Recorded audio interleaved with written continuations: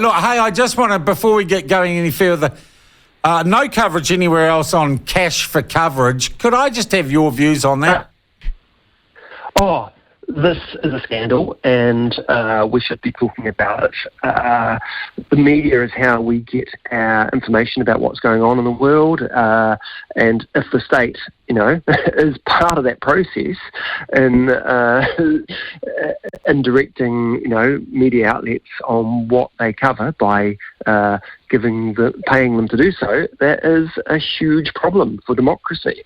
And so, at the very least, we need maximum transparency about any such arrangement. All right, but we don't even get any coverage of the story. No one else is covering it, Bryce. I doubt that Media Watch will, even though I think it's bigger than the Russia. I think it's bigger than the Russia story. I totally agree. Absolutely. No, it's an inconvenient story. And of course, lots of media outlets will be kind of looking at their shoes at the moment thinking, I don't know about probably don't want to get into that story. Yeah. And look, exactly. We've had some criticism.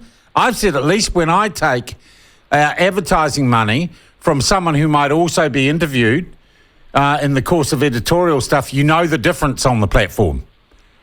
That is great. And that's to me, as long as you know the bloody difference, or your audience knows the difference.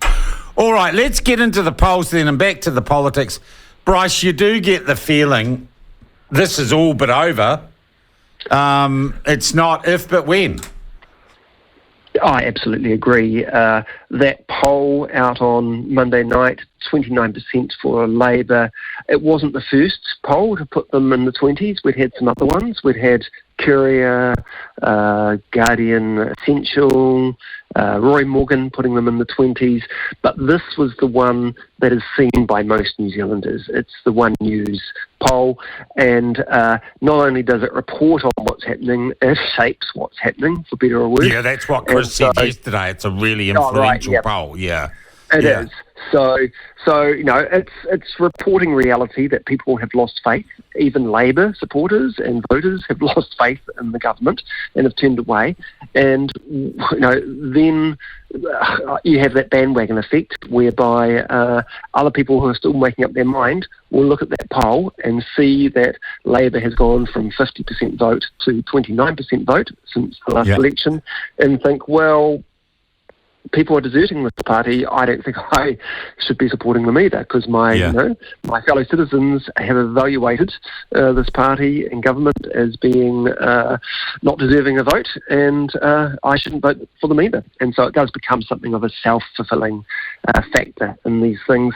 But just everything about Labour's campaign looks rather desperate and like a losing government. It looks like a third or fourth term government that is desperate and trying all the tricks, but just has nothing left to throw. And so, Bryce, it also means the narrative change. We don't really have a policy debate. The policy debate almost seems to be now between ACT and National. And I saw yesterday some pieces, how do they feel about the treaty? What are they different on? It's almost because of the incredibly fast nature of news cycles and social media, we're almost in a post-election reporting environment. Yeah, okay, that's given me something to think about there. But I don't know.